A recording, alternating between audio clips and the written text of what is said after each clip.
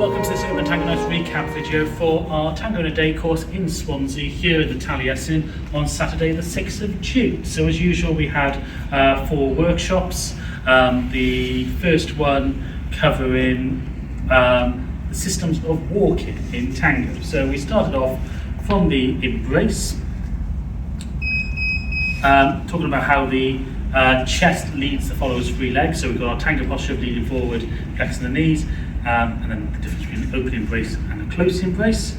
Balancering, and then leader leading the follower's free leg with the chest. So when my chest goes, the follower's free legs go in. So if I move my chest forward, we have space to walk. We can take side steps and walk out beside our follower, the key being to twist our chest towards our follower so we remain able to communicate and therefore connected. If the leader can also add in rock steps, changes of speed of steps, changes of size of step, you can add, we can then start interpreting the music. We also then looked at leaders adding in little back crosses, which allows us to move into the cross system of walking, where my right leg is moving with my follower's right leg. And if we do another back cross, we'll end up back in parallel. We also looked in at linear sacadas, so from our cross system, when I step forward with my right, if I arch it in behind my follower's left leg and transfer the weight, it will displace her leg and knock her around in an arm. If I transfer my weight onto it and twist my chest to the left and rebound it back, we get a Boleos.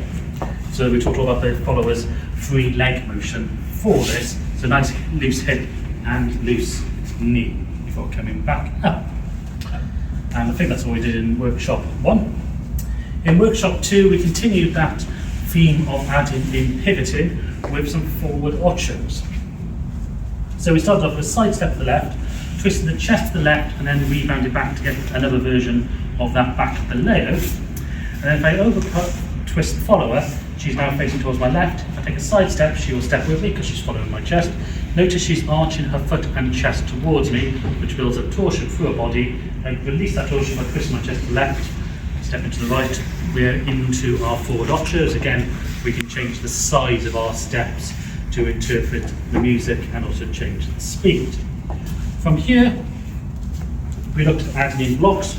We can do this on either side with either foot. So just for demonstration purposes, we will do it on the right hand side, right foot. So just before she pivots, I'm sliding my foot in and making contact with her foot to let her know it's there. She's now blocked, but she has control of the dance, where she can do shoe shines by sliding her leg or piqués by tapping. I can then invite her to pass over by twisting my chest to the left, and we can go back to our options.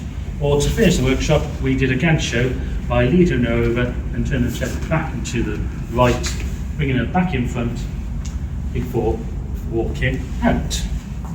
After lunch in workshop 3, we looked at the cross. So from our outside system of walking, when I step forward and left, I'm actually over-exaggerating this by turning to the left to face my follower. And then when I transfer my weight over my left foot, I'm twisting my chest to the left, which causes her right leg to pivot, and as she comes up to height, her left leg will naturally come in under its own weight to slide in front, and she ends up in the front cross. We can over pivot her to bring her out and then walk out. I can choose whichever leg I want to walk out on. So we can come out in the parallel system or the cross system of walking from this. We also looked at what would happen is, before I twist my over twister, I started walking backwards around her. Again, this will bring her weight onto the front foot. I can lean, and we've got a calcita. I can lean her onto me, and we've got a volcada before walking out again.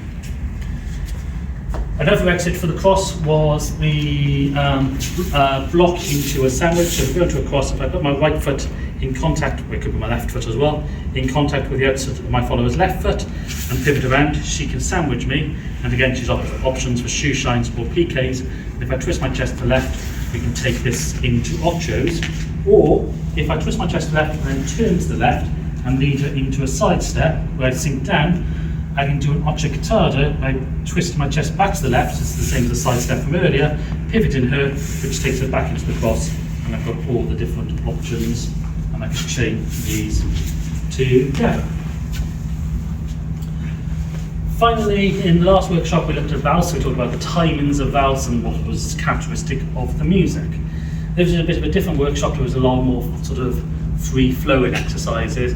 So it was looking at, now we've built up all this technique of how to lead and follow and how to move the feet, being able to move down line of dance with rotation, looking for sacadas, I missed that one, so looking for these cicada options and playing around with those ideas. And also we finish off with spirals, so if we get her into a forward ocho, sinking her down, walking around, notice that sink down has caused her weight to be on both feet, which means she's pivoting on both feet as I go around. This takes her into basic cross position, which she has to release, and then we can bring her out. So I think that's everything we covered. Anyway, thank you for watching this recap video. We hope to see you in another class or video very soon.